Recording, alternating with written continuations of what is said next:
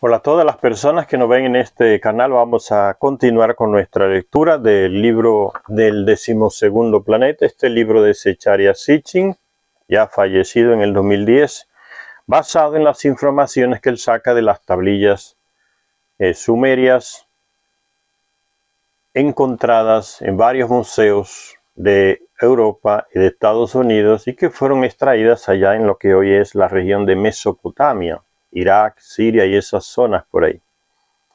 Hablábamos la última vez de ese personaje que aparece en la Biblia con el nombre de Lamec, que en el libro perdido de Enki, en los textos sumerios, se le llama Lumash, que ellos nombraron como capataz en una época en que había una sequía enorme, una carencia enorme, y el capataz nombrado por los Anunnaki, ese Lames o Lumash, se encargaba de asegurar que la ración de alimentos que los terrestres producían les sea entregada a los Anunnaki, a los señores, en sus casas, en su residencia, que los terrestres llamaban de templos.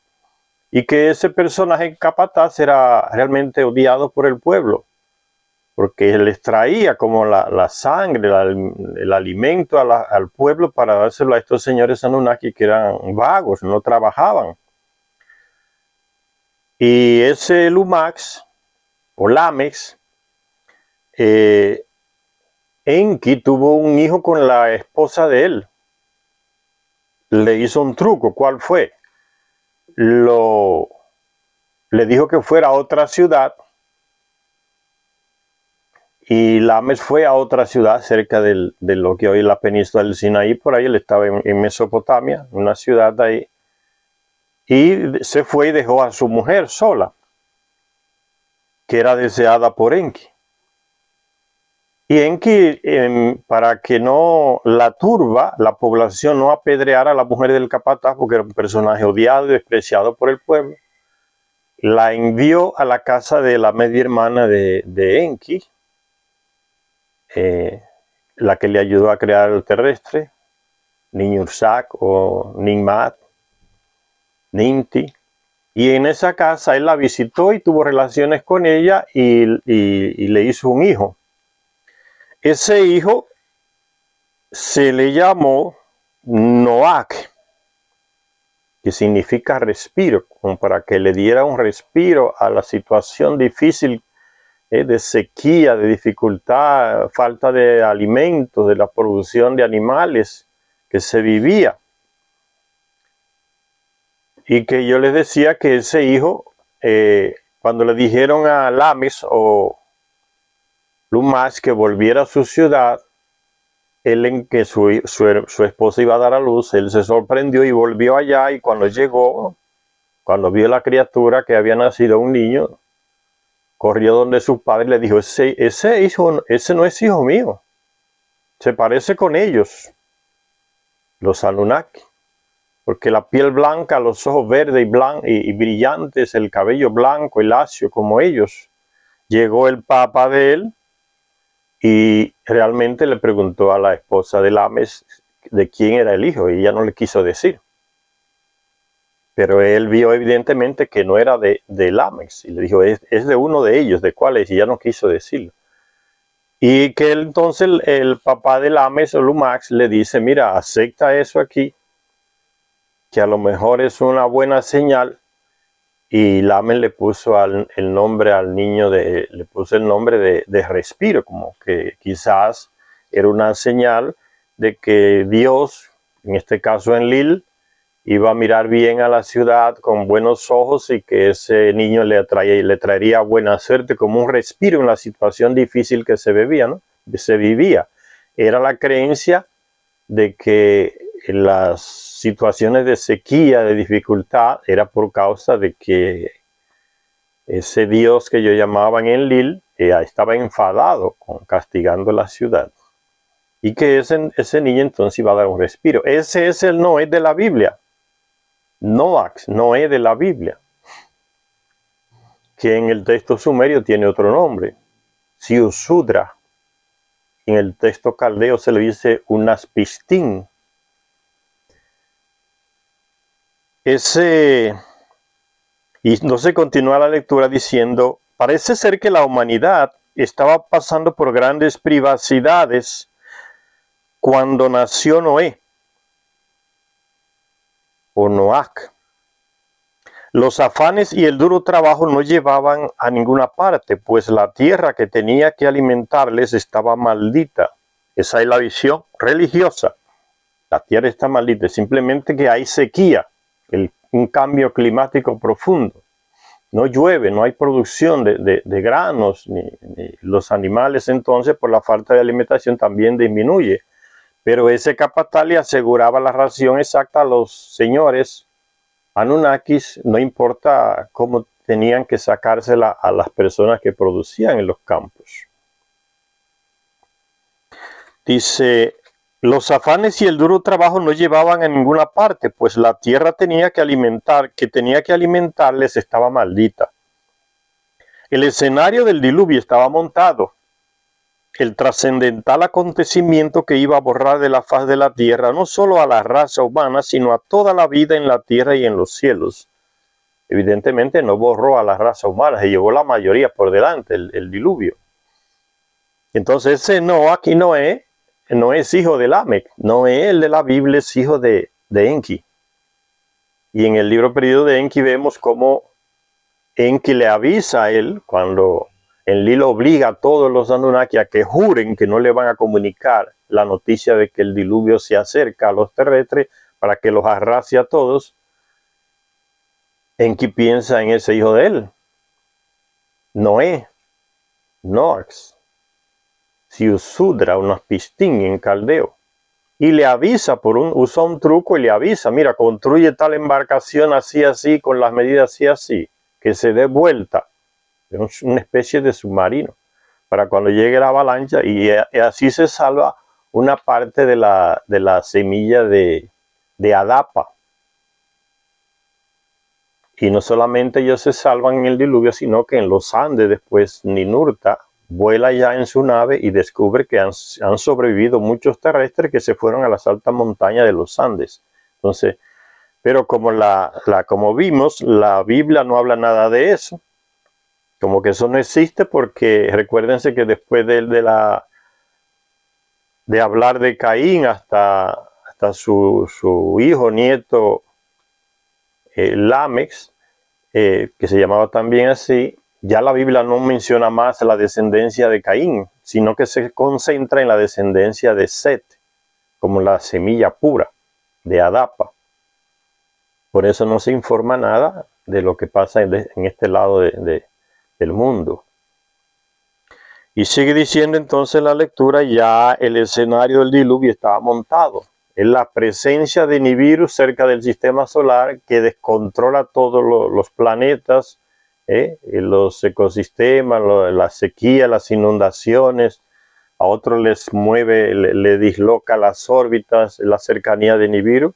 Es lo que causa el derretimiento del hielo en la Antártida, que es lo que provoca una ola inmensa de kilómetros de altura que se expande y barre la Tierra de sur a norte. Entonces dice Zecharia Sitchin, con esa sequía, que el pueblo pensaba que era una maldición de un dios, de Enlil, como la religión desvía el razonamiento del ser humano, ¿no? Lo que es natural, propio de la naturaleza humana, de los ciclos del planeta, de la influencia que se dan en el planeta, por otro paso de otro planeta más grande, el pueblo ignorante, con la religión en la cabeza, lo interpreta todo desde ese punto de vista, ¿no? Que es una maldición de un dios. Y es la misma mentalidad que todavía se sigue usando en muchos eclesiásticos, jefes eclesiásticos que se supone que han estudiado. Cuando llega un terremoto, un ciclón, un temblor de tierra, ¿qué es lo que dicen? Que eso es un castigo de Dios por la cantidad de homosexuales que hay, por la cantidad de pecadores que hay. Estas estupideces hasta el día de hoy se siguen repitiendo, ¿no? La ignorancia, en la religión le mete ignorancia a la gente y todos lo interpretan desde ahí, de esa ignorancia. No es una maldición, la tierra está maldita, no era nada de eso. Es un proceso climatológico que va a suceder y va a desembocar en esa tragedia del diluvio por el deshielo de la Antártida. Y sigue diciendo entonces la lectura, el escenario del diluvio ya estaba montado, el trascendental acontecimiento que iba a borrar de la faz de la tierra no solo a la raza humana, sino a toda la vida en la tierra y en los cielos. Y la deidad vio que la maldad del hombre, dice el texto en el Génesis, era grande en la tierra y que todo deseo que ideaba su corazón era solo mal todos los días. Y la deidad se arrepintió de haber hecho al hombre sobre la tierra y su corazón se apenó. Y la deidad dijo, exterminaré al terrestre que he creado de la faz de la tierra. Ven como la Biblia confunde todo, distorsiona todo el texto bíblico, ¿no? Lo que hace Enlil, él se lo atribuye a esa divinidad. Y lo que hace Enki se lo atribuye a Yahvé también. Es una locura el texto bíblico. Todo. Es como que el que escribió eso aquí o los que escribieron estaban desinformados. O el monoteísmo que se metió deformó todo y lo trastocó todo, ¿no? Una deidad que crea, después decide destruir lo mismo que creó. No era nada de eso. Quien quiere destruir al ser humano es Enlil, aprovechando el diluvio. Y Enki es que lo crea, entonces no es Enki el que quiere destruir al que creó. Y la deidad se arrepintió de haber hecho al hombre. Ahí está hablando de Enki. Enki es que crea al ser humano con su media hermana y su hijo. Y la deidad dijo, exterminaré al terrestre que he creado. El líder que quería destruir al terrestre y no fue él que lo creó. Sigue diciendo Zecharia Sitchin, ¿son estas graves acusaciones presentadas como justificación para unas drásticas medidas que tenían que llevar al fin de toda carne? Pero carecen de especificidad, dice Zecharia Sitchin cuestionando el texto bíblico.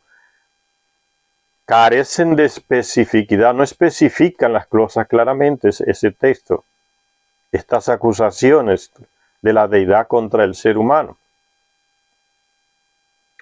Pero carecen de especificidad y ni estudiosos ni teólogos encuentran respuestas satisfactorias en lo referente a los pecados o violaciones que pudieran haber disgustado tanto a la deidad para llevar a la destrucción total de toda la humanidad. No se encuentran respuestas satisfactorias, dice Zecharia Sitchin. El uso insistente del término carne, tanto en los versículos acusatorios como en las proclamaciones del juicio, sugiere, claro está, que las corrupciones y las violaciones tenían que ver con la carne. La divinidad estaba apenada por el mal deseo que ideaba el hombre con mayúscula, referente entonces a la parte femenina y masculina. Parece ser que el hombre había descubierto el sexo y se había convertido en un maníaco sexual. Parece, dice Zecharia Sitchin, no significa que era eso. Pero resulta difícil de aceptar que la divinidad decidiera barrer a la humanidad de la faz de la tierra simplemente porque los hombres hacían demasiado el amor con sus esposas. Los textos mesopotámicos hablan libre y elocuentemente del sexo y del acto sexual entre los dioses. Hay textos en los que se describe el tierno amor entre los dioses y sus consortes, entonces no era el motivo, porque los dioses también hacían el sexo entre ellos, los llamados dioses, ¿no? Hay textos en los que se describe el tierno amor entre los dioses y sus consortes, el amor ilícito entre una doncella y su amante, o el amor violento como cuando Enlil violó a Ninlil. En muchísimos textos se habla del acto sexual y de la relación sexual entre los dioses, con sus consortes oficiales o con concubinas no oficiales, con sus hermanas, con sus media hermanas, con sus hijas e incluso con sus nietas, como lo hizo Enki varias veces. Los dioses difícilmente se habían vuelto contra la humanidad por comportarse como ellos mismos se comportaban. Entonces, la cuestión de la vida sexual no era el motivo de querer destruir a la humanidad. nos da la impresión, dice Zecharia Sitchin, de que el móvil de la deidad no era meramente una cuestión de moral humana, de comportamiento sexual, de moral humana, bueno, malo, no era nada de eso.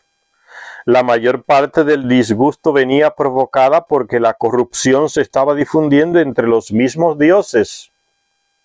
Visto bajo esta luz, el significado de los desconcertantes versículos iniciales del capítulo 6 del Génesis quedaría claro entonces, desde este punto de vista, de que la corrupción se estaba difundiendo entre los mismos dioses. Ese sería el motivo entonces.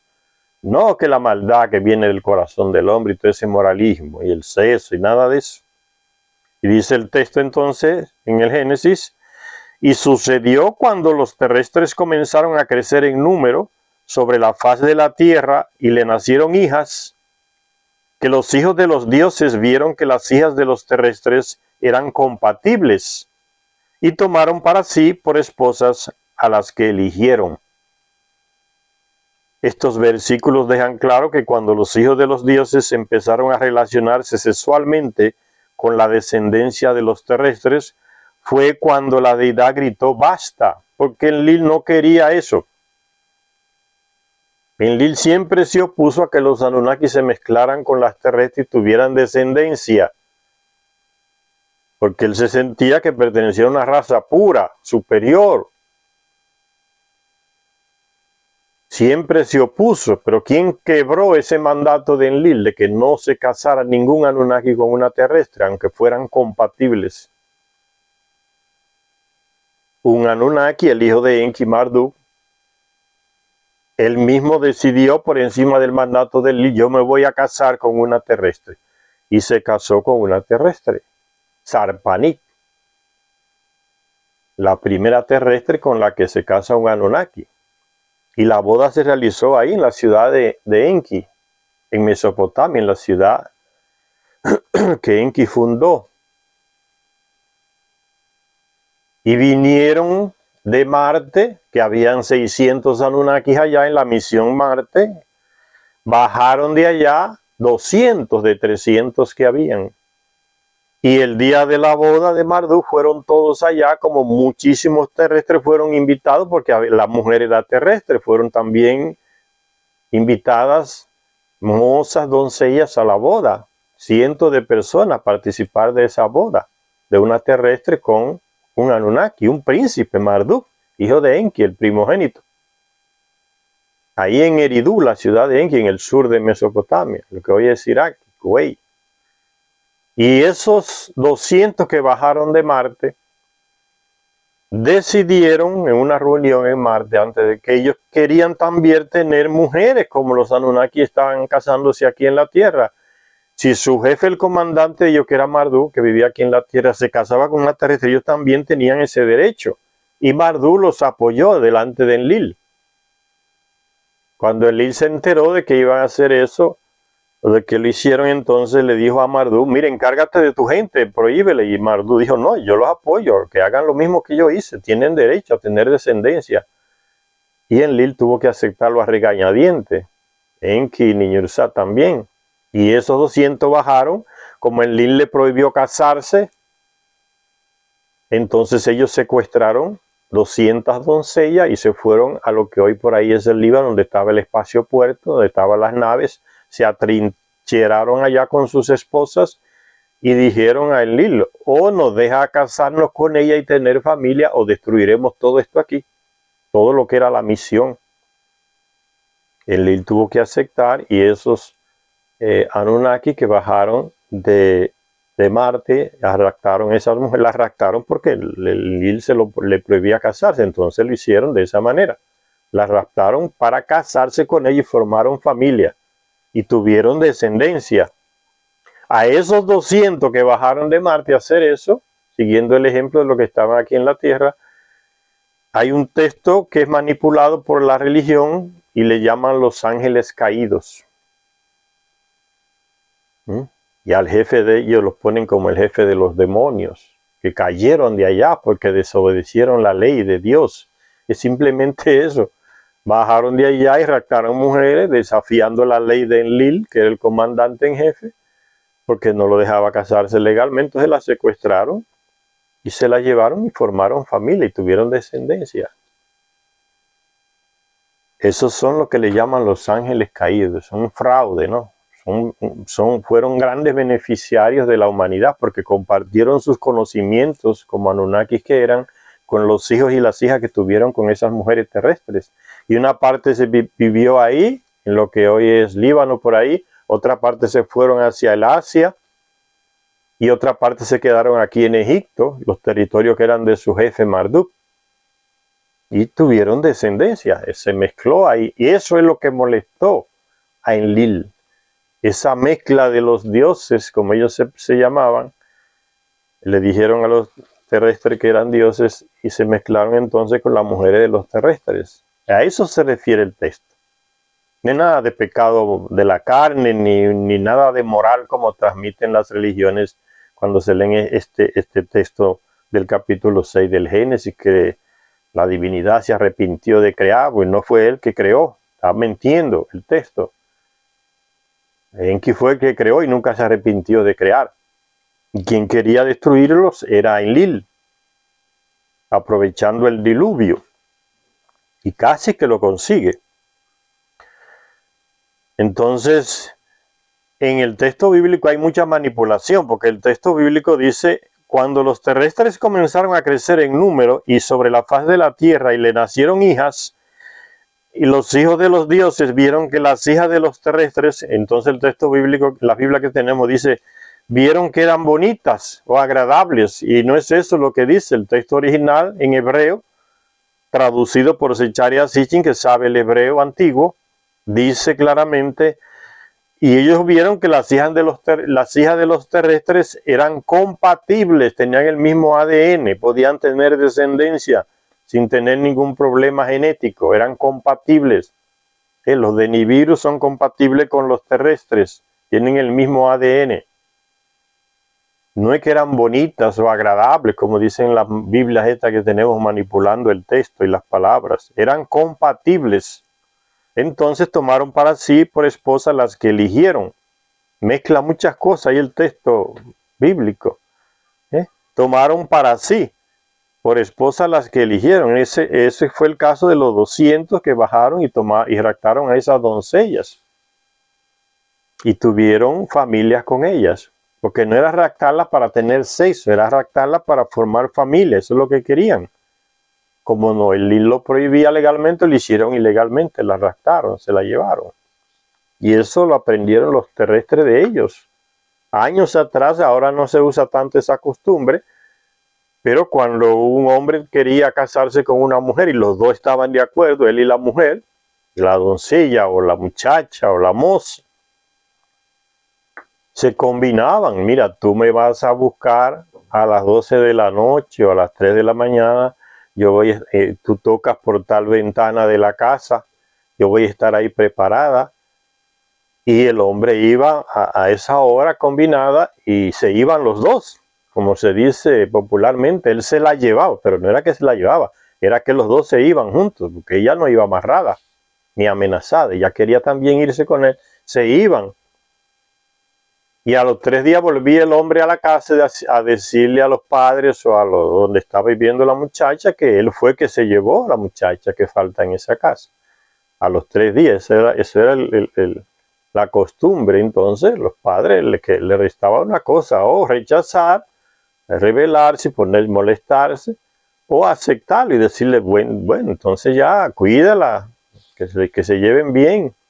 Solo después de eso, entonces la muchacha volvía a buscar mandaba a alguien que le llevara sus ropas, sus cosas, porque ya salía sin nada. Porque si la ven preparando una maleta con ropa, van a sospechar: ¿dónde vas? ¿Qué vas a hacer? Ella simplemente no preparaba nada. Se iba con la ropa que tenía junto con el hombre que ella quería. Y esa costumbre viene de ellos. Mira, los que bajaron de allá hicieron eso mismo. Raptaron a esas muchachas y se las llevaron. Y después se casaron con ellas. Entonces el texto es complicado porque mezcla varias cosas, varios acontecimientos que ocurrieron en diferentes épocas, el texto en la Biblia. Por eso Zecharia Sitchin se queja, es demasiado, informa poco, demasiado concentrado, demasiado resumido. Por eso él va a la fuente, el texto mesopotámico, el texto sumerio, y extrae de las tablillas el relato con más detalles.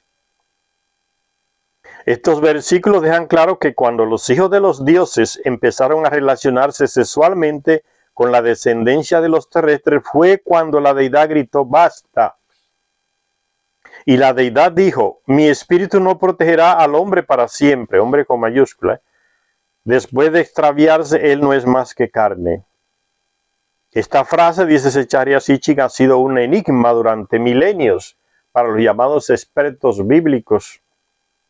Pero leída a la luz de nuestras conclusiones referentes a la manipulación genética que puso en marcha la creación del hombre, estos versículos traen un mensaje para nuestros propios científicos, dice Zecharia Sitchin. El espíritu de los dioses, su perfeccionamiento genético de la humanidad estaba empezando a deteriorarse por la mezcla entre los terrestres y los Anunnaki. Ya no estaba siendo tan pura esa genética. La humanidad se había extraviado, entre comillas, volviendo a ser de este modo nada más que carne. O sea, más cerca de sus orígenes animales o simios, dice Zecharia así. Ahora podemos comprender el énfasis que pone el Antiguo Testamento en la distinción entre Noé, un hombre justo, puro, directamente hijo de Enki, con esa terrestre, mujer de Lumax o Lamex. Noé o Noab, un hombre justo y puro en sus genealogías. Y toda la tierra que estaba corrupta, dice también un texto, al casarse con hombres y mujeres de pureza genética decreciente, los dioses estaban cayendo también en el deterioro. Al señalar que solo Noé seguía siendo genéticamente puro, el relato bíblico justifica la contradicción de la deidad.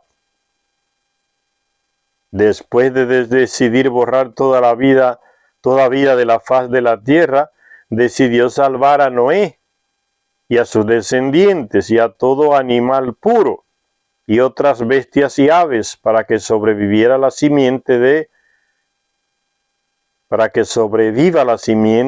toda la faz de la tierra. El plan de la divinidad para frustrar su propio objetivo inicial, hay una contradicción, porque quien crea es Enki. Quien quiere destruir a la humanidad no es él que creó a la humanidad, es Enlil. Entonces el texto confunde todo, mezcla una cosa con otra. Por eso es que es difícil la interpretación para los científicos y los expertos bíblicos, como dice Zecharia Sitchin, que no consiguen descifrar qué es lo que hay en esos textos. Y él dice, Zecharia Sitchin, no, desde el punto de vista que yo planteo, la decisión de Enlil de exterminar y la mezcla de los Anunnaki con las terrestres, desde ese punto de vista los textos es fácil de interpretarlos o de descifrar el mensaje de ellos.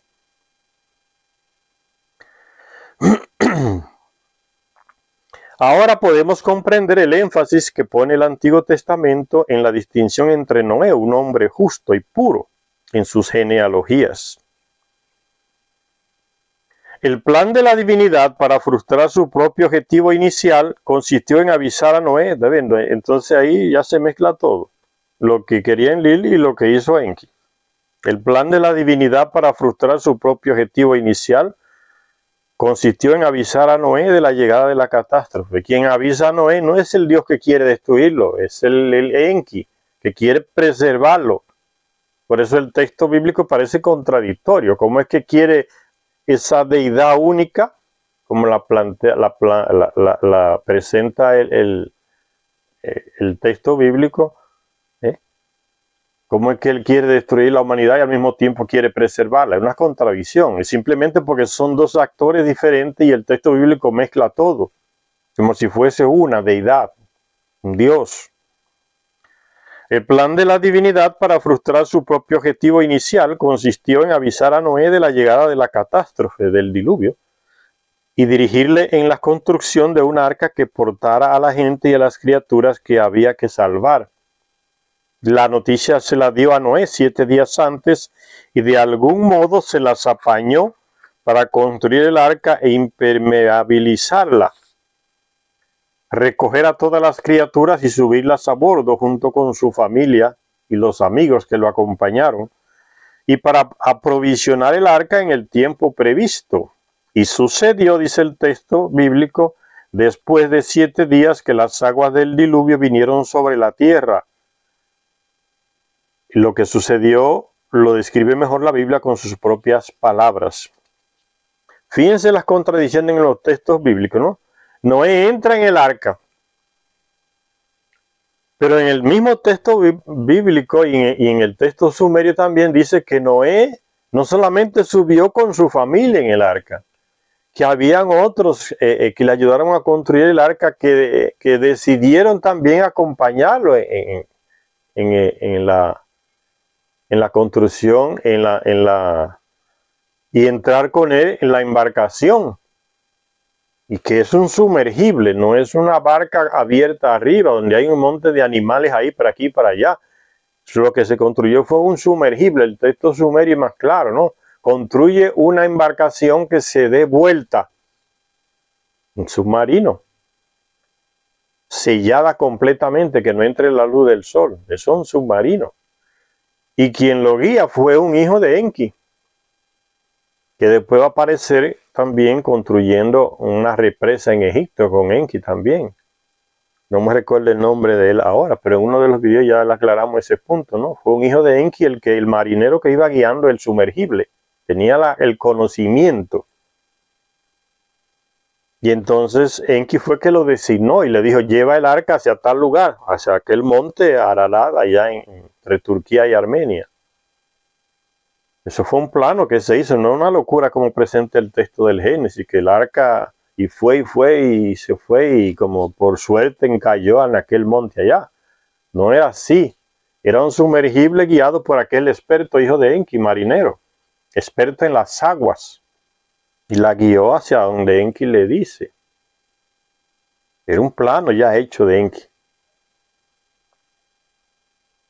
Y dice el texto bíblico hablando del diluvio, aquel día reventaron todas las fuentes del gran abismo, el hielo que está en la Antártida, toda esa muralla de hielo que existe hasta el día de hoy, se formó de nuevo, por los ríos que salen del interior de la tierra, y el agua del mar, del océano, que tiene otra temperatura, entonces se congelan y se levanta esa muralla de hielo, que ya se sabe que ahí se ve esa montaña, es agua dulce, no es agua salada del mar, es agua dulce, o sea, agua de ríos que salen del interior de la tierra y se mezclan con la del océano Ártico. Y ese cambio de temperatura que construye esas murallas enormes está en la Antártida, solo hay que buscar la foto en internet, esas murallas enormes de hielo, están ahí. Aquel día reventaron todas las fuentes del gran abismo. ¿Qué es el gran abismo? La Antártida. Y las compuertas de los cielos se abrieron, o sea, las lluvias comenzaron a caer. Y el diluvio estuvo 40 días sobre la tierra, y las aguas crecieron y levantaron el arca, y se elevó por encima de la tierra, y las aguas se hicieron más fuertes, y crecieron enormemente sobre la tierra. En el libro perdido de Enki, él mismo dice que subió kilómetros esa ola altísima. Y las aguas se hicieron más fuertes y crecieron enormemente sobre la tierra, y el arca flotó sobre las aguas. Y las aguas se hicieron excesivamente fuertes sobre la tierra, y todas las montañas altas fueron cubiertas. Fíjense hasta la altura de esta ola de agua que nació en la Antártida y vino hacia el norte, arrasando con todo. Y todas las montañas altas fueron cubiertas, aquellas que están bajo todos los cielos. 15 codos por encima de ellas imperó el agua. Esa es la visión de los que escriben o el que escribe el texto. Pero en América ya se sabe que las aguas no cubrieron completamente los Andes, porque en las partes más altas se salvaron muchos terrestres que son encontrados por Ninurta cuando va allá después del diluvio. Que los Anunnaki están preocupados, reunidos. Y ahora, ¿quién va a extraer el oro? Por nosotros, la mano de obra la perdimos en el diluvio. Y Ninurta se va a su dominio en la región de los Andes y encuentra esos terrestres que ellos mismos, él mismo dice, ellos se salvaron por ellos mismos. Se fueron a la montaña alta. Entonces, el agua no cubrió realmente todas las montañas altas, como dice el escritor o los escritores de este texto bíblico. Y recuerden también otra inconsistencia del texto bíblico es que Noé entró en el arca, pero y se refleja como que fue él y su familia, pero no, habían muchos amigos y amigas que le ayudaron a construir el arca y que decidieron entrar, acompañarlos también en el arca, que él los invitó, quien quiera venga, y muchos aceptaron y fueron con él. Y de eso no se habla nada, eso es una descendencia humana también que estaba ahí. La Biblia no dice nada de esas personas, sino que la descendencia de los hijos de Noé nada más. Entonces es un texto parcializado que no refleja la realidad. Ahora en el texto sumerio babilónico sí se dan los detalles, porque es más antiguo. Y dice, y las aguas, dice, 15 codos por encima de ellas imperó el agua, y las montañas fueron cubiertas, y toda carne pereció. Y no fue así. Desde el hombre hasta los ganados y hasta las cosas rectantes, y las aves del cielo, fueron barridos de la tierra, y solo quedó Noé, y los que estaban con él en el arca. Y no fue así. Sobrevivieron en los Andes. Las aguas imperaron sobre la tierra 150 días, cuando la divinidad, dice el texto bíblico, hizo pasar un viento sobre la tierra, y las aguas se calmaron, y las fuentes del abismo se cerraron, al igual que las compuertas de los cielos, o sea, la lluvia que caía. La lluvia del cielo cesó, y las aguas comenzaron a retroceder sobre la tierra, iban bajando de nivel y retirándose otra vez al sur, de donde surgieron. Y las aguas comenzaron a retroceder sobre la tierra, yendo y viniendo por el viento. Y después de 150 días, las aguas habían menguado, y el arca descansaba sobre los montes de Ararat, los montes gemelos que están ahí en medio en la frontera entre Turquía y Armenia. Son dos montes gemelos, se dice el monte Ararat. Según la versión bíblica, la ordalía de la humanidad comenzó en el año 600 de la vida de Noé. Ya tenía 600 años Noé cuando sucedió el diluvio. En el segundo mes, en el 17º día del mes, el arca descansó sobre los montes de Ararat. En el 7º mes, en el 17º día del mes, dice el texto bíblico. El aumento de las aguas y su gradual retroceso, lo suficiente como para que el descenso de nivel permitiera que el arca se posara sobre los picos del Ararat. Llevó por tanto 5 meses enteros. Después las aguas siguieron bajando hasta que los picos de las montañas, y no solo los altísimos montes de Ararat, pudieran verse en el 11º día del 10º mes, casi 3 meses después de la inundación. Noé esperó otros 40 días. Después soltó un cuervo y una paloma para ver si las aguas habían menguado de la superficie terrestre. En el tercer intento, la paloma volvió con una rama de olivo en la boca, indicando que las aguas habían retrocedido lo suficiente como para que se pudiera ver las copas de los árboles. Pocos días después, Noé soltó a la paloma una vez más, pero ya no volvió. El diluvio había terminado. Y dice el texto, y Noé retiró la cubierta del arca y miró, y he aquí la superficie del suelo estaba seca. Después de tanto tiempo esperando, se secó el terreno, significa que ya los árboles habían subido de nuevo, crecido de nuevo árboles sobre el lodo que se había acumulado. En el segundo mes, en el 27º día del mes, quedó seca la tierra. Noé tenía 601 años. La ordalía había durado 1 año y 10 días. Después Noé y todos los que estaban con él en el arca salieron, y Noé construyó un altar y ofreció holocaustos a la deidad.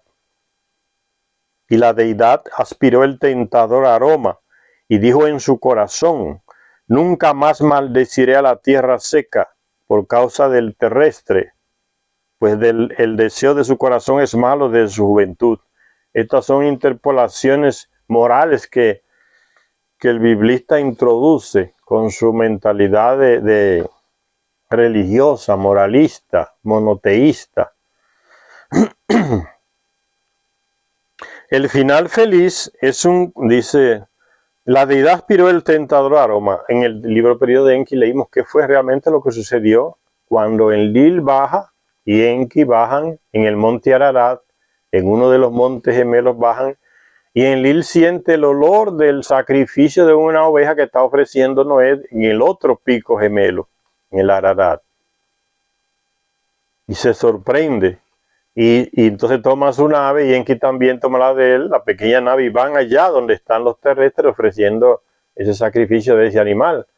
Un aroma que los necesitaban porque pasaron hambre cuando tuvieron que refugiarse todos en las naves y quedarse orbitando el planeta hasta que el diluvio pasara. Eso hicieron los Anunnaki. Entonces el hambre los mataba. ¿Por qué? Ya vimos que se acostumbraron a que el terrestre le hacía todo. Les proveía de las comidas, la agricultura, las raciones, todo se lo daba el terrestre a ellos, el trabajo de los terrestres. Era para satisfacerlo a ellos, que no hacían prácticamente nada. Entonces, en esas naves, todo ese tiempo, hasta que pasara el diluvio, sintieron hambre. Cuando sintieron el aroma de un animal cocinado, asado al fuego, agradable, después de tanta hambre. ¿Qué es lo que no es sabroso cuando uno tiene hambre? Y la deidad aspiró el tentador aroma. El final feliz es un cúmulo de contradicciones, dice Zecharia Sitchin. ¿Estás viendo? Los textos tienen muchas contradicciones, el texto bíblico. El final feliz es un cúmulo de contradicciones, al igual que la misma historia del diluvio. Zecharia Sitchin está hablando del texto bíblico, que es una contradicción, una falta de un detalle, un cúmulo de contradicciones, dice Zecharia Sitchin, al igual que la misma historia del diluvio que se relata en el texto bíblico de la Biblia. Comienza con una larga acusación a la humanidad por distintas abominaciones, entre las que habría que incluir la corrupción de la pureza de los jóvenes dioses. Se llega a la trascendente decisión de exterminar toda carne y parece plenamente justificada. Después la misma deidad se apresura en no más de 7 días para asegurarse de que la semilla de la humanidad y otras criaturas no perecerán. Es pura contradicción del texto bíblico. Y luego, cuando el trauma ha terminado, la deidad se apacigua con el aroma de la carne asada. Y olvidando su determinación original para destruir a la humanidad, deja de lado todo el asunto con una excusa, culpando a los malos deseos del hombre en su juventud. Como dice el texto bíblico, nunca más maldeciré a la tierra seca por causa del terrestre, pues el deseo de su corazón es malo desde su juventud. Estas fastidiosas dudas acerca de la veracidad de la historia se disuelven, no obstante, cuando nos damos cuenta de que el relato bíblico es una versión reducida del relato original sumerio. Como en otros casos, la Biblia monoteísta ha comprimido en una sola deidad los papeles representados por varios dioses, por Enki y por Enlil, que no siempre estaban de acuerdo. Por eso hay contradicción en el texto, porque el relator de ese texto bíblico mezcla todo y concentra todo en una sola deidad, el bendito monoteísmo. Echó todo a perder. ¿Ven? Como la base ya de la religión monoteísta que tenemos las tres ya son contradictorias. Manipulación de textos y entonces hacen una sopa de distintas cosas que no hay manera de entenderla. Ese relato, ¿no? El que dice que va a destruir, después entonces se apresura a que se salve.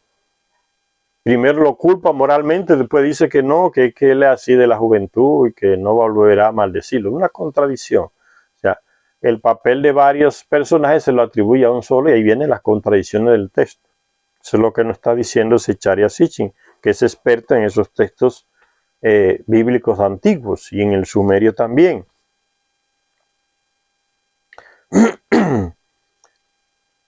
Y entonces sigue diciendo, como en otros casos, la Biblia monoteísta ha comprimido en una sola deidad los papeles representados por varios dioses. Por eso es que en el texto bíblico aparece la contradicción. Hagamos al ser humano a nuestra imagen. Va a ser como nosotros, está hablando en plural. Entonces el monoteísmo lo presenta como que es una deidad, pero el mismo texto lo contradice esa visión monoteísta, porque habla en plural. La historia bíblica del diluvio estuvo aislada hasta que se hicieron los descubrimientos arqueológicos de la civilización mesopotámica. O sea, la historia del diluvio solo se le conocía por la versión que está en la Biblia. Pero después que se sigue excavando en Mesopotamia y se descubren esos textos antiguos, babilónicos y sumerios, que tratan sobre el mismo tema, y se percibe que ese texto bíblico simplemente es una versión muy comprimida de esos textos babilónicos y sumerios que se ha encontrado en las tablillas desenterradas ahí en Mesopotamia. Eso es lo que está diciendo Zecharia Sitchin. La historia bíblica del diluvio estuvo aislada hasta que se hicieron los descubrimientos arqueológicos de la civilización mesopotámica y se pudieron descifrar los textos de la literatura acadia y sumeria.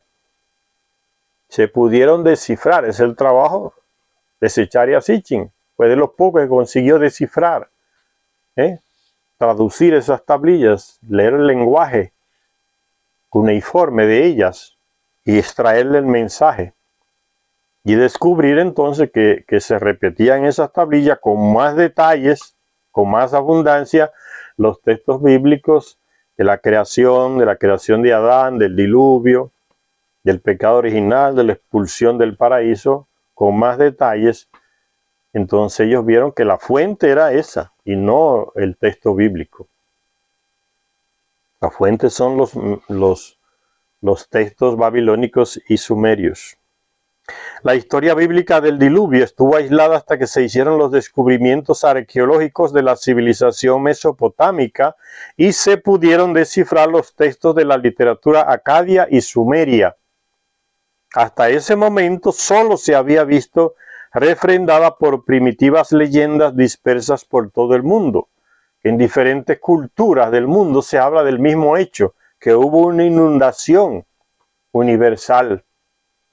Diferentes pueblos del mundo narran el mismo hecho de diferentes maneras, pero se refieren al mismo hecho, que sí, que hubo una inundación universal, el diluvio. El descubrimiento de la epopeya de Gilgamesh le dio al diluvio del Génesis una compañía más antigua y venerable. Ven, el texto de Gilgamesh más antiguo que el texto bíblico. Fortalecida más tarde con otros descubrimientos de textos y fragmentos aún más antiguos, pertenecientes a la versión original sumeria. El héroe del diluvio mesopotámico era Ziusudra, como ya les dije, ese es el nombre que en la Biblia se le llama Noé. El héroe del diluvio mesopotámico era Ziusudra, en sumerio Unapistín, en acadio. En sumerio Ziusudra, en la Biblia se le llama Noé o Noab, en el texto hebreo antiguo de la Biblia. Y en el texto mesopotámico se le llama Ziusudra, y en el texto acadio se le llama Unapistín. Es el mismo personaje. que después del diluvio fue llevado a la morada celeste de los dioses para vivir allí felizmente para siempre. ¿Qué fue lo que pasó cuando habla así de Noé? Que fue llevado a la morada celeste para vivir para siempre. En el libro en el libro perdido de Enki mismo explica qué fue lo que pasó. A ese Noé de la Biblia, o Siusudra, o una Pistín en Acadio, Enlil lo perdonó ahí en el monte Ararat, donde lo encontró, ofreciendo el sacrificio. Y en el libro perdido de Enki se dice que Enki y Enlil llegaron a ese otro monte cuando sintió Enlil el olor de la carne asada. Y se irritó cuando llegó ahí, vio que habían sobrevivido terrestres, porque él había ordenado que fueran todos destruidos, o más bien que no se le avisara para que el diluvio los ahogara a todos. Y va y encuentra ese grupo de gente con un barco ahí, y inmediatamente acusa a Enki. De nuevo hiciste y violaste lo que yo te dije que no violaras. Y llega un momento que dice que Enlil lo quiere ahorcar y matarlo. Y que el hijo de Enki, que estaba dirigiendo el barco, la embarcación donde iba Noé también, dice que llamó a los otros dioses que estaban alrededor del planeta con sus naves. Y le dijo, bajen rápido, bajen rápido. Y bajaron los hijos de Enlil y otros Anunnaki.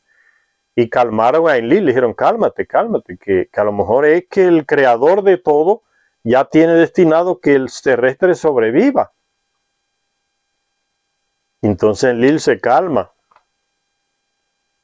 Entonces el mismo hijo de Enlil, Ninurta, y otros le dicen, pero piensa, Enlil, nosotros dependemos de ellos para todo lo que tenemos que necesitamos, la comida, la ropa, el ganado, las necesidades nuestras, son los terrestres que hacen todo. ¿Quién nos va a servir?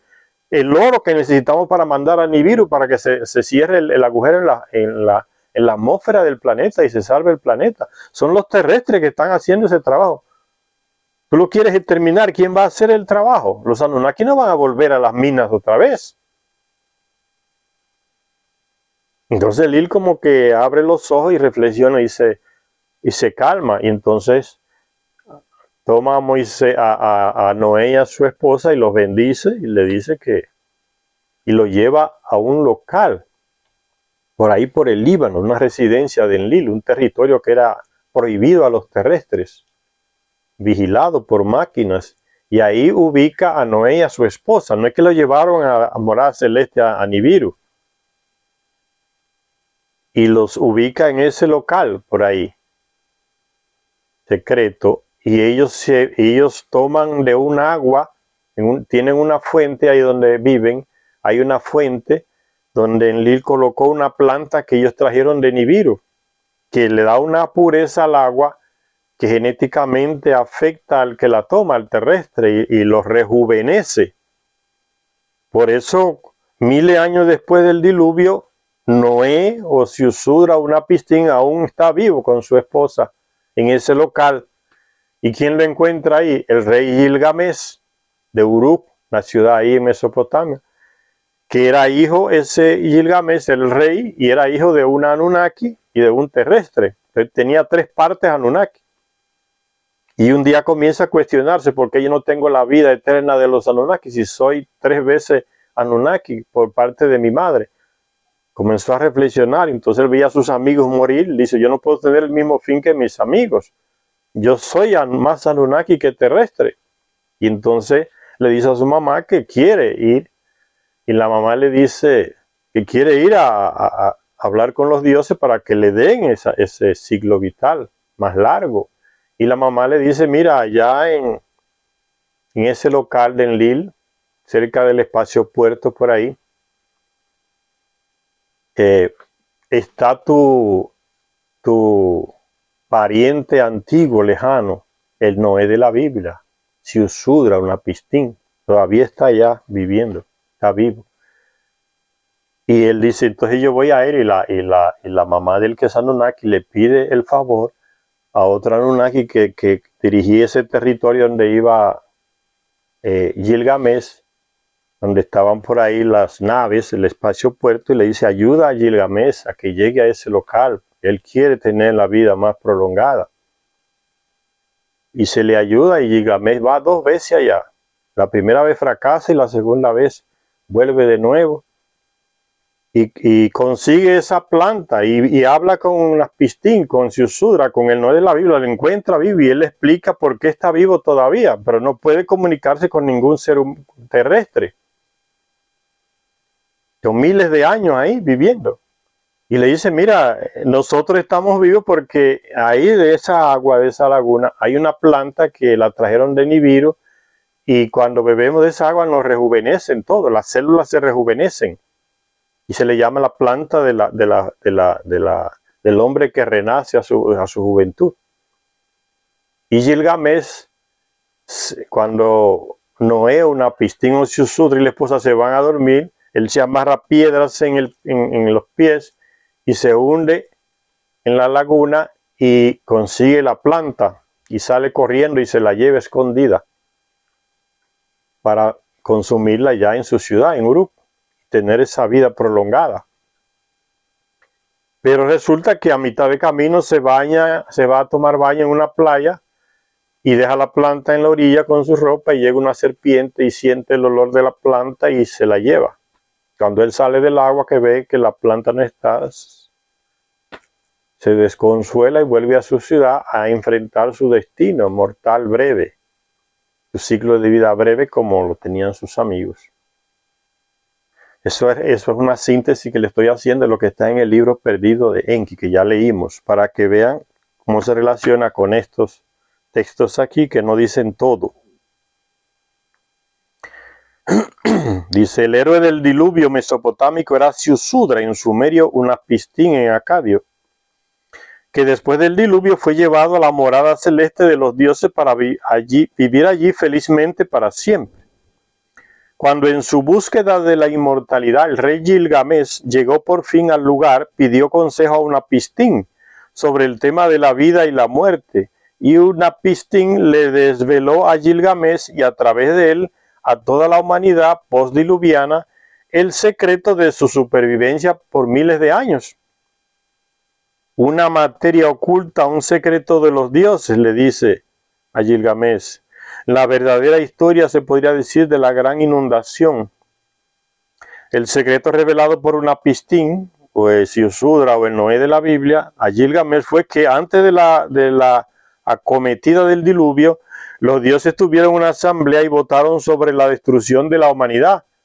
Enlil le impuso a todo el mundo como comandante en jefe que guardaran el secreto del diluvio, no se lo comunicaran a los terrestres, para que el agua, la avalancha de agua los ahogara a todos, los exterminara a todos. El secreto de los dioses. Entonces Naspistín le está contando a Gilgamesh cómo fue que eso sucedió. Se reunieron en la asamblea y acordaron eso, obligados por el comandante en jefe, Enlil. Dice, el voto y la decisión se mantuvieron en secreto, pero Enki buscó a Naspistín, el soberano de Shuruppak, Noé o Naspistín, era rey allá en Shuruppak, en esa ciudad, en Mesopotamia, para informarle de la inminente calamidad. De forma clandestina, Enki le habló a Naspistín detrás de un biombo de junco. Al principio sus revelaciones fueron crípticas, después su advertencia y su consejo se especificaron con claridad para Noé o Siusudra o Naspistín.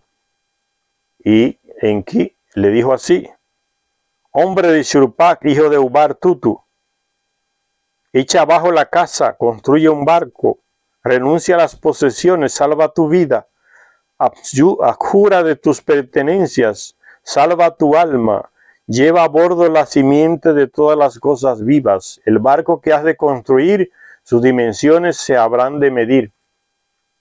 Ese es el aviso que le da Enki a su hijo Siusudra o Naspistín en caldeo o Noé en la Biblia para que construyera el arca. Y Siusudra le dice, yo no sé construir. Y entonces Enki le da las medidas, la vas a construir con estas medidas y va a hacer tal y tal cosa. Nunca Siusudra se entera de que Enki es su padre. y que su medio hermano es el marinero en quien le manda para que guíe la embarcación sumergible. El paralelismo con la historia bíblica es obvio. Un diluvio está a punto de llegar, o sea, si Charles Hitchens está haciendo el paralelismo entre el texto de la epopeya de Gilgamesh y el texto bíblico. El paralelismo con la historia bíblica es obvio. Un diluvio está a punto de llegar. A un hombre se le advierte, tiene que salvarse construyendo un barco especial que se dé vuelta. En el libro Periodo de Enki se le especifica más qué tipo de barco, un barco que se dé vuelta, un sumergible, un submarino diríamos hoy. Tienes que salvarte construyendo un barco especial, ha de llevar con él y salvar la simiente de todas las cosas vivas. Sin embargo, la versión babilónica es más plausible. La decisión de destruir y el esfuerzo por salvar no son los actos contradictorios de una misma y única divinidad, como lo presenta el texto bíblico, sino los actos de diferentes deidades. Además, la decisión de advertir y salvar la semilla del hombre es el desafiante acto de un Dios, Enki en este caso, que actúa en secreto y en contra de la decisión conjunta de los otros grandes dioses. ¿Por qué se arriesgó Enki a desafiar el resto de los dioses? Avisándole al Noé de la Biblia, a Ziusudra, que era su hijo, que el diluvio se avecinaba y que tenía que construir una embarcación sumergible con tales y tales medidas. ¿Por qué se arriesgó Enki a desafiar al resto de los dioses? ¿Fue él el único implicado en la conservación de sus asombrosas obras de arte? O sea, el terrestre, obra de arte, una obra de arte de los conocimientos genéticos de Enki. ¿O habría que encuadrar su acto en el marco de la creciente rivalidad y enemistad entre él y su hermano mayor Enlil? Y esa es la realidad.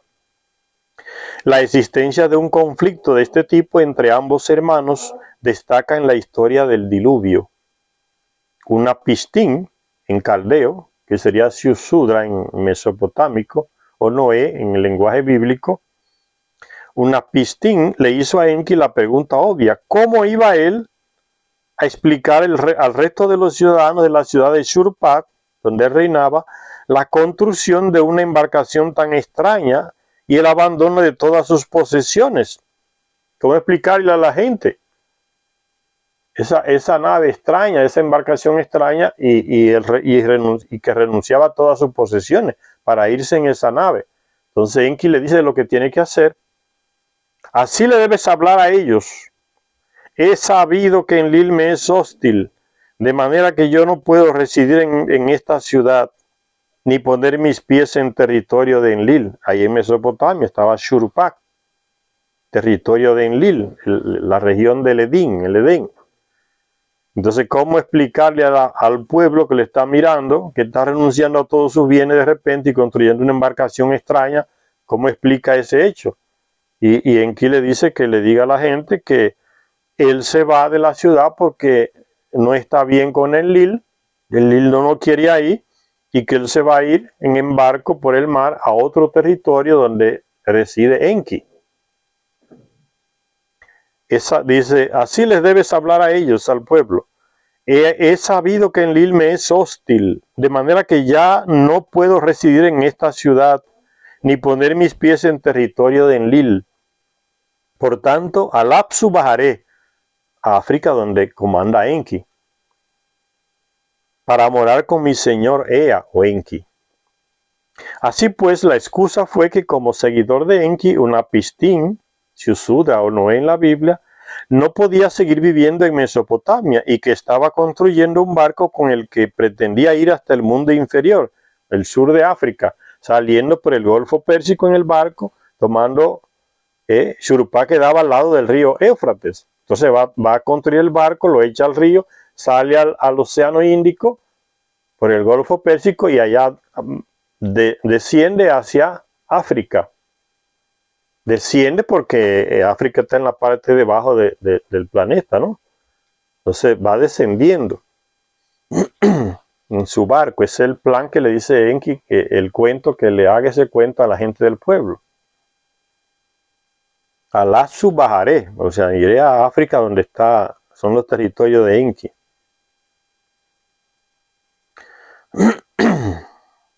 Así pues, la excusa fue que como seguidor de Enki, Unapistín no podía seguir viviendo en Mesopotamia y que estaba construyendo un barco con el que pretendía ir hasta el mundo inferior, el sur de África, según nuestros descubrimientos, para vivir allí con su señor Ea o Enki. Los versos que vienen a continuación sugieren que la zona estaba padeciendo una sequía o una hambruna. Ahí en Mesopotamia había sequía y hambruna.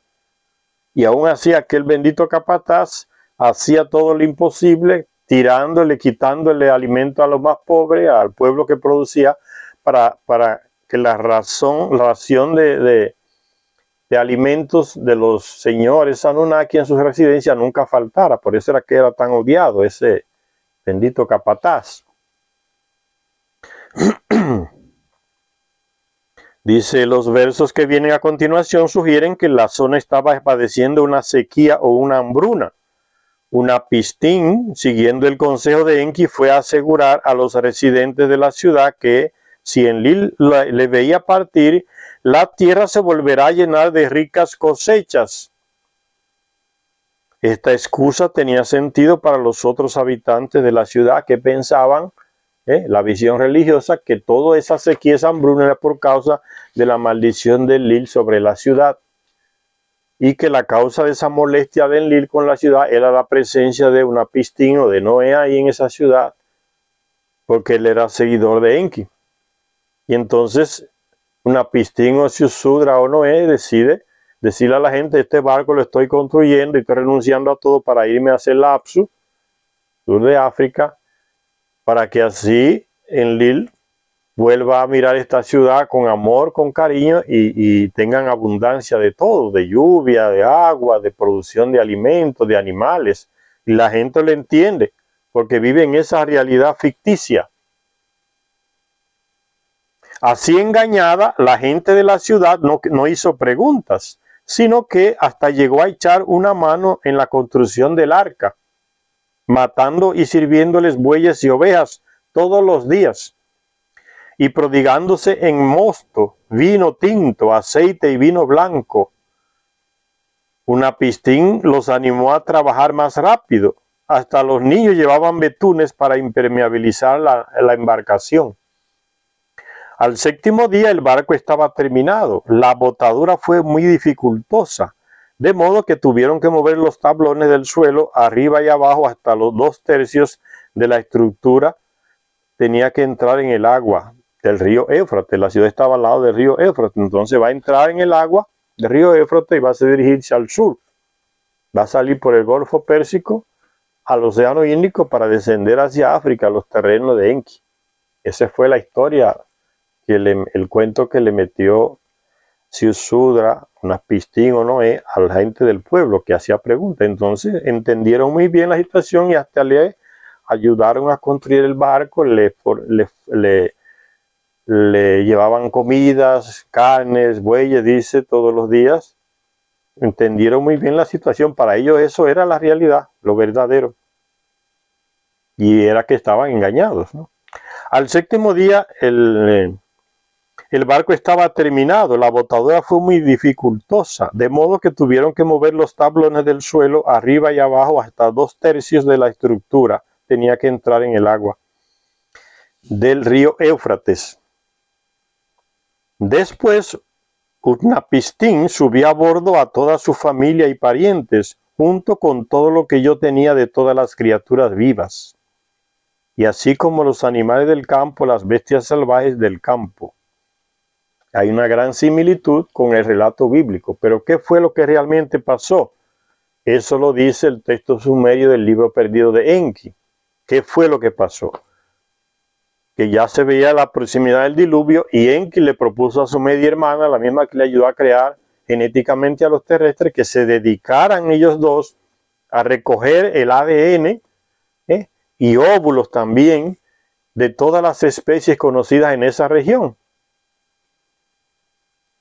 y fue guardando todo ese material genético en varias cajas. Y esas cajas selladas se las entrega a su hijo, que es el marinero que va a acompañar a Noé en la embarcación. Ese marinero es el que va a guiar la nave hacia donde le dijo Enki, hacia el Ararat, los montes gemelos, en medio de esa turbulencia de agua. La nave sumergible, el submarino diríamos hoy. Entonces y que en esas cajas también, ellos no solamente hicieron ese trabajo genético muy tremendo, los dos genetistas, guardar toda esa genética en esas cajas, material genético de diferentes animales y también de diferentes plantas, hicieron también lo mismo.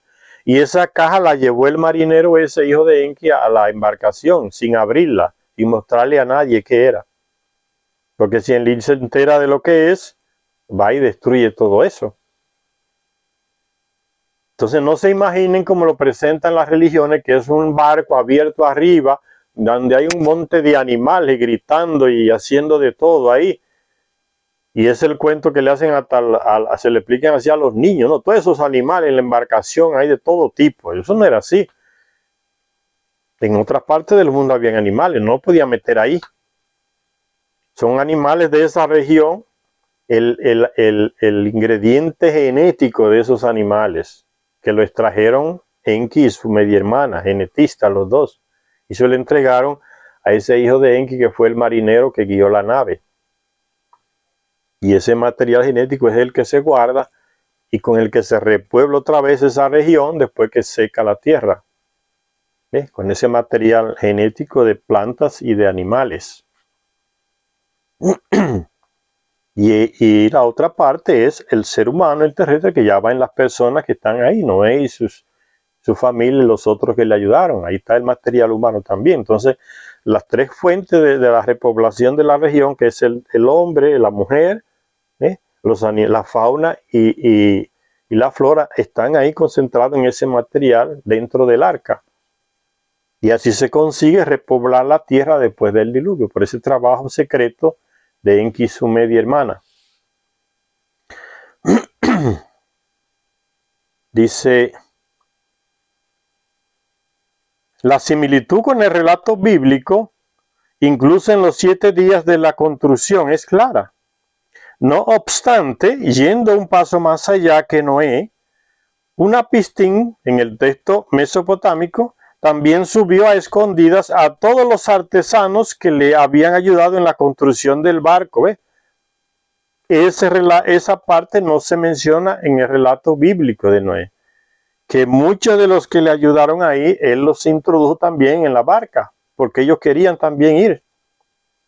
¿Ves? Entonces el texto bíblico corta muchas cosas del texto original.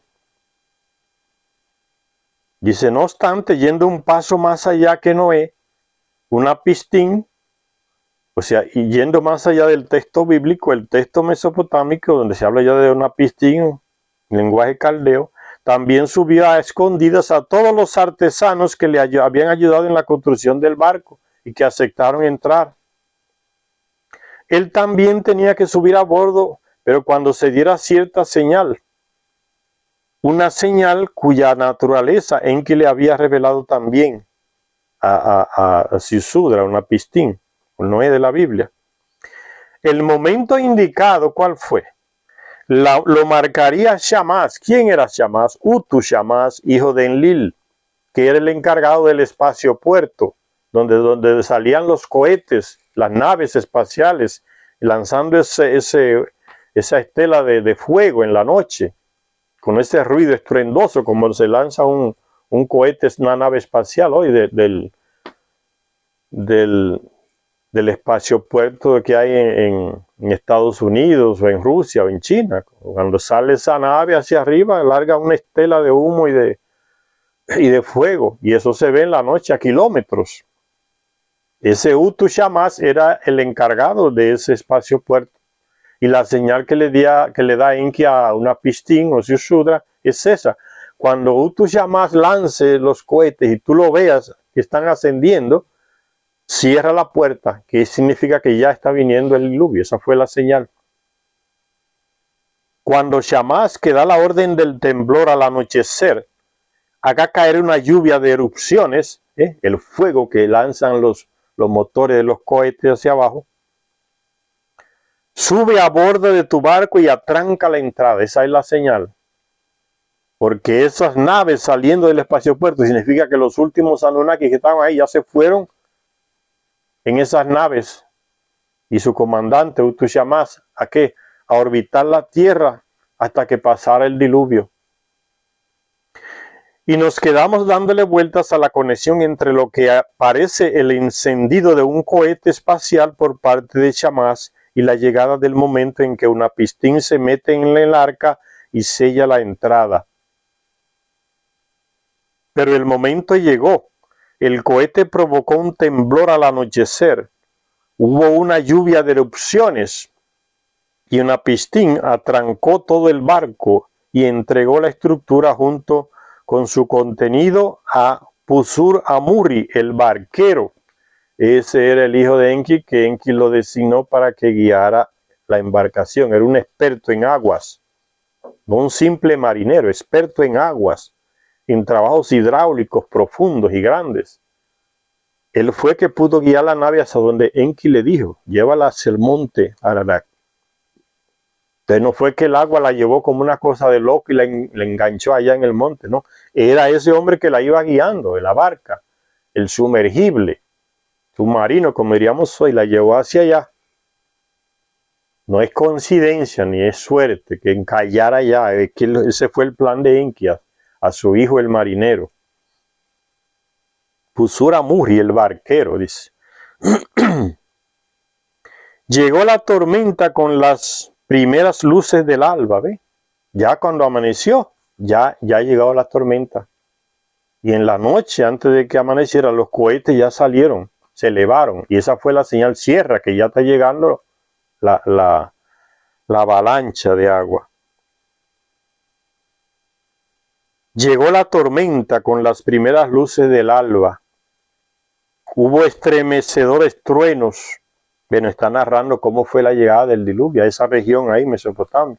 Y la gente, la pobre gente, pensando que era lluvia que Enlil mandaba para mejorar la situación y acabar con la sequía y tener una gran producción de alimentos y de animales. Agarró a la gente durmiendo, las primeras luces del alba. La pobre gente, por eso mató tanto, parecían hormigas ahogadas. Llegó la tormenta con las primeras luces del alba, hubo estremecedores truenos, una nube negra se levantó desde el horizonte, la tormenta arrancó los postes de las construcciones y los muelles, ¿ve? Llega ese viento fuerte con lluvia y nubes negras cargadas de lluvia, con una fuerza que va arrancando todo. Agarró a esa pobre gente así desprevenido. Después los diques se dieron. Estos detalles no se dicen en el texto bíblico. Una nube negra se levantó desde el horizonte. La tormenta arrancó los postes de las construcciones y los muelles. Después los diques se dieron. A continuación llegó la oscuridad, convirtiendo en negrura todo lo que había luminoso. Recuérdense que es una región que no hay electricidad, imagínense el desespero de las personas en la oscuridad. A continuación llegó la oscuridad, convirtiendo en negrura todo lo que había sido luminoso, y la ancha tierra se hizo añicos como una olla. Durante 6 días y 6 noches sopló la tormenta sur, ganando velocidad mientras soplaba, sumergiendo las montañas, sorprendiendo a la gente como en una batalla. Cuando llegó el 7º día, la tormenta sur que llevaba la inundación amainó en la batalla. ¿Ves? La tormenta vino del sur, el deshielo en la Antártida. La tormenta sur que llevaba la inundación amainó en la batalla que había entablado con un ejército, como un ejército. El mar cayó, la tempestad se sosegó, la inundación cesó. Ante el tiempo se había instalado la tranquilidad y toda la humanidad había vuelto al barro.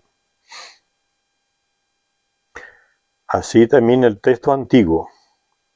Se había hecho la voluntad de Enlil y de la asamblea de los dioses que juraron no comunicar el secreto de la llegada del diluvio a los terrestres. Pero sin saberlo ellos, el plan de Enki había también funcionado. Salvar a un resto de la humanidad, a un resto de los animales, a un resto de la fauna y de la flora. El plano de Enki también se realizó. Se realizó el de Enlil, que quería destruir todo, pero también se realizó el de Enki que quería preservar. Ve que son dos actores distintos, que el texto bíblico lo funde en una sola deidad, entonces confunde todo. Pero sin saberlo ellos, el plan de Enki había funcionado. Flotando en las turbulentas aguas había una embarcación que llevaba hombres, mujeres, niños, niñas y otras criaturas vivas. Finalizada la tormenta, Unapistín dice, abrí una ventanilla. Está hablando del texto mesopotámico donde se relata el hecho del diluvio, que es más completo que el texto bíblico. Finalizada la tormenta, Unapistín dice, abrí una ventanilla, la luz cayó sobre mi rostro. Miró alrededor, el paisaje era tan liso como un tejado plano, lleno de lodo todo. Y agachándose se sentó y sollozó. Las lágrimas corrían por mi cara. Imagínese ese hombre pensando en toda esa inocente gente que le ayudó a construir el barco, que le llevó comida, los niños que ayudaron a llevar betume para sellar los agujeros del barco. Toda esa gente se ahogó. Es el dolor que siente Ziusudra, Unapistín o el Noé de la Biblia.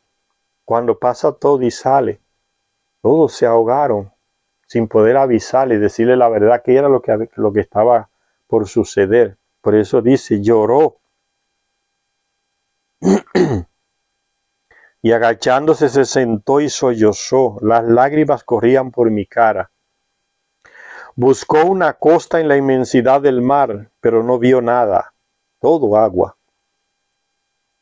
Después emergió una región montañosa. Ese después no se sabe cuántos días es.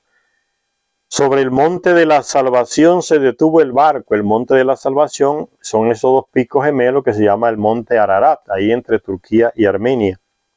Sobre el monte de la salvación se detuvo el barco. El monte Nisir, salvación, sujetó al barco con firmeza. Ahí atracó, sin dejar que se moviera. Como el agua se retiró, el barco quedó, atracó ahí, encalló, como se dice, en la embarcación sumergible. Durante 6 días, Unapistín estuvo vigilando desde el arca inmóvil, cautiva en los picos del monte de la salvación, los picos bíblicos de Ararat. Después, al igual que Noé, soltó una paloma para que buscara un lugar de descanso, pero volvió. Una golondrina también salió y volvió. Después soltó un cuervo y huyó, encontrando un lugar de descanso. Entonces Unapistín soltó a todas las aves y animales que estaban con él, y salió él también. Construyó un altar y ofrendó un sacrificio. ¿Ven? Pues idéntico que el texto de Noé en la Biblia, solo que este es más completo en detalle porque es más antiguo. Lo mismo hizo Noé, dice Zecharia Sitch. Pero aquí una vez más la diferencia entre deidad única y deidad múltiple vuelve a aparecer. Cuando Noé ofreció el holocausto, Yahvé aspiró el tentador aroma. Pero cuando Unapistín ofreció el sacrificio, los dioses aspiraron el perfume. ¿Ves? Los dioses, ya no es la deidad. Es plural entonces, ¿ves? Cuando Noé ofrece en la Biblia, el texto bíblico ofreció el holocausto, Yahvé, un sol, una deidad, aspiró el tentador aroma. Pero en el texto babilónico, cuando Unapistín ofreció el sacrificio, los dioses, ahora en plural, aspiraron el perfume. Los dioses aspiraron el dulce perfume. Los dioses acudieron como moscas hasta el que había hecho el sacrificio. ¿Por qué? Porque tenían hambre. varios días en las naves alrededor del planeta hasta que pasara el diluvio. ¿Quién les cocinaba? Nadie. No tenía, era el terrestre que le hacía todo. Por eso les dije que cayeron en una dependencia del terrestre, que eran un monte de vagos, no hacían nada, el terrestre era que lo hacía todo. Ya no tenían quien le cocinara. Cuando sienten ese olor de comida de nuevo, con esa hambre que tenían, se vuelven como locos, corrieron como moscas a comer. Eso es lo que quiere decir. Yo vi unos vídeos en YouTube que habla una estupidez más grande, ¿no?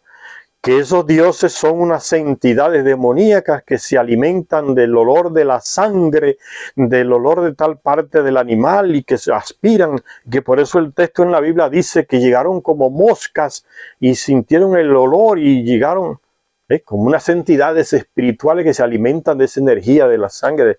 Esos disparates hay gente que lo dice en YouTube, señores. Parece que no leyeron los libros de Zecharia Sitchin. Y ninguno de esos que hablan esas estupideces son expertos en textos mesopotámicos o sumerios o bíblicos. Solo sacan esas conclusiones de no sé de qué manga de su cuerpo. De su camisa, no se sabe de dónde. Pero no es nada de eso. No son entidades espirituales. Son los Anunnaki pasando hambre en las naves que orbitaban la Tierra hasta que pasara el diluvio. Y cuando sienten, bajan, porque ya la tierra secó y pueden aterrizar las naves en el cierto lugar y sienten el olor de la cocina, de la carne que les gustaba tanto, que se la preparaban los terrestres. Por eso llegan como moscas. Bajaron varios a ese lugar.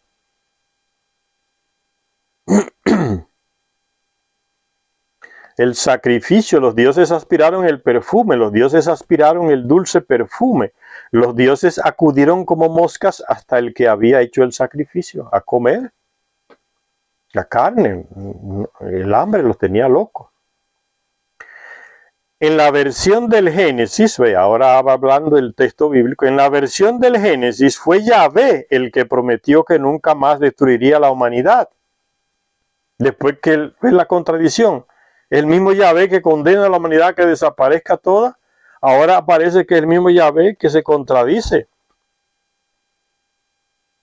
que promete nunca más destruirá a la humanidad. Una contradicción.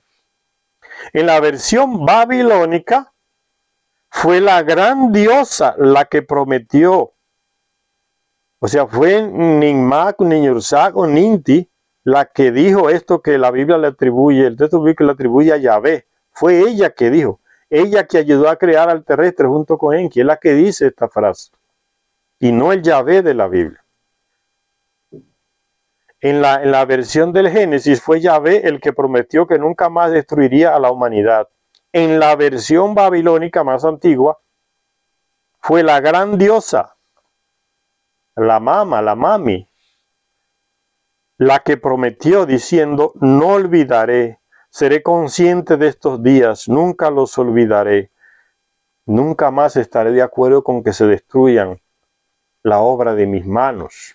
Eso fue Ninmak que dijo eso, llorando en la nave, después que vio el desastre y que había pasado todo. Y no el Yahvé, porque entonces es una contradicción. El que lo destruyó, ahora dice que no. Entonces ven la contradicción del texto de la Biblia.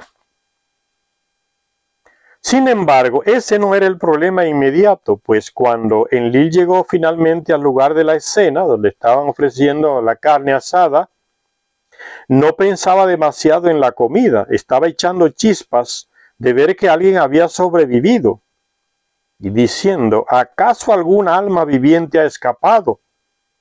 Ningún hombre tenía que sobrevivir a la destrucción. Ninurta, su hijo, y heredero de él, en el comando aquí en la tierra, apuntó inmediatamente su dedo acusador hacia Enki. ¿Quién sino Ea o Enki puede diseñar un plan así? Construir una embarcación sumergible y colocarle un marinero para que la dirija hacia esos montes. El hijo de Enlil dice, ¿quién sino este hombre que es sabio y experto puede elaborar un plan así? Porque ya lo ha venido haciendo muchas veces. Saltándose los planes de Enlil como una serpiente que se le salta, le saca la vuelta, como decimos. Entonces dice Ninurta, el hijo de Enlil, ¿quién sino Ea o Enki puede diseñar un plan así? Señalando un dedo acusador hacia Enki. Solo Ea o Enki sabe de qué va todo. Lejos de negar la acusación, Enki lanzó uno de los discursos de la defensa más elocuentes del mundo, elogiando a Enlil por su sabiduría y sugiriendo que posiblemente Enlil no podía ser poco razonable, realista. Enki mezcló una negación con una confesión, dice Secharya Sitchin, diciendo, no fui yo el que descubrió el secreto de los dioses, de no avisarle a los terrestres que el diluvio estaba llegando. Juraron guardar ese secreto y no comunicárselo a los terrestres. No fui yo el que descubrió el secreto de los dioses. Simplemente dejé que un hombre, uno extremadamente sabio, Shusudra, una pistín, o no es de la Biblia, su hijo, extremadamente sabio, en caldeo, el Atrahasis. Entonces hay una obra que se llama así mismo el Atrahasis, que trata sobre ese relato del diluvio. El Atrahasis, él no es una pistín, es Shusudra, el extremadamente sabio, percibiera por su propio saber el secreto de los dioses. Y si, como parece, este terrestre es tan sabio, Enki le sugirió a Enlil, no vayamos a ignorar sus capacidades. Así pues, déjate aconsejar en cuanto a él. Todo esto nos relata la epopeya de Gilgamesh. Era el secreto de los dioses que Unapistín le contó a Gilgamesh miles de años después. Y después le contó el acontecimiento final, dejándose influir por el argumento de Enki. Dice el texto antiguo, acto seguido Enlil subió a bordo del barco, donde estaba Shusudra y Noé, me cogió de la mano y me llevó a bordo. Eso es como una pistín que está hablando, Shusudra o Noé. Acto seguido Enlil, cuando Enki le da ese razonamiento, como que el hombre Enlil entra en razón, acto seguido Enlil subió a bordo del barco, me cogió de la mano y me llevó a bordo, llevó a mi mujer a bordo, la hizo arrodillarse a mi lado, y él de pie entre nosotros tocó nuestras frentes para bendecirnos. Hasta ahora, dice Enlil a Unapistín y su esposa, hasta ahora Unapistín no ha sido más que humano. En lo sucesivo, Unapistín y su esposa serán para nosotros como dioses. Unapistín residirá en la lejanía, en la boca de las aguas. Eso es Unapistín que le está contando a Gilgamesh cómo fue que sucedieron esos hechos, porque él lo vivió, estaba vivo miles de años antes cuando sucedió el diluvio. El hombre todavía estaba vivo por esa agua que le renovaba las células. Ahí en ese local donde lo colocó Enlil, él y su esposa, y ahí lo encontró Gilgamesh a los dos. Y Unapistín le hace el relato de cómo fue lo del diluvio y por qué ellos están vivos todavía. Y Unapistín terminó de contar su historia a Gilgamesh, después de ser llevado a vivir en la lejanía Anu y Enlil. Ahí el texto se corta un poco y sigue diciendo, le dieron vida como a un dios. Miles de años vivieron tomando de esa agua, el mismo que lo dice en el libro pedido de Enki, Unapistín. Esa agua es la que nos da la vida, nos renueva físicamente, no nos deja envejecer. Le dieron vida como a un dios, lo elevaron a la vida eterna como a un dios. Vida eterna, no es que nunca iban a morir, sino que un ciclo de vida muy largo. Entonces el ciclo de vida de los Anunnaki, ve cómo se alarga la vida, no solamente teniendo la genética del Anunnaki, sino por algunos alimentos traídos de Nibiru, que tienen una pureza tal, sin contaminación, que el que consume esos alimentos o bebe esa agua, las células se le renuevan y no envejece. Puede vivir miles de años, o sea, como los dioses. Y eso sucedió con Unapistín. Lo elevaron a la vida eterna como a un dios. Pero, ¿qué sucedió con la humanidad en general? El relato bíblico termina diciendo que la deidad permitió y bendijo a la humanidad. dice el texto bíblico, sean fecundos y multiplíquense. Las versiones mesopotámicas de la historia del diluvio también terminan con unos versículos que tratan de la procreación de la humanidad. Los textos en parte mutilados hablan del establecimiento de categorías humanas.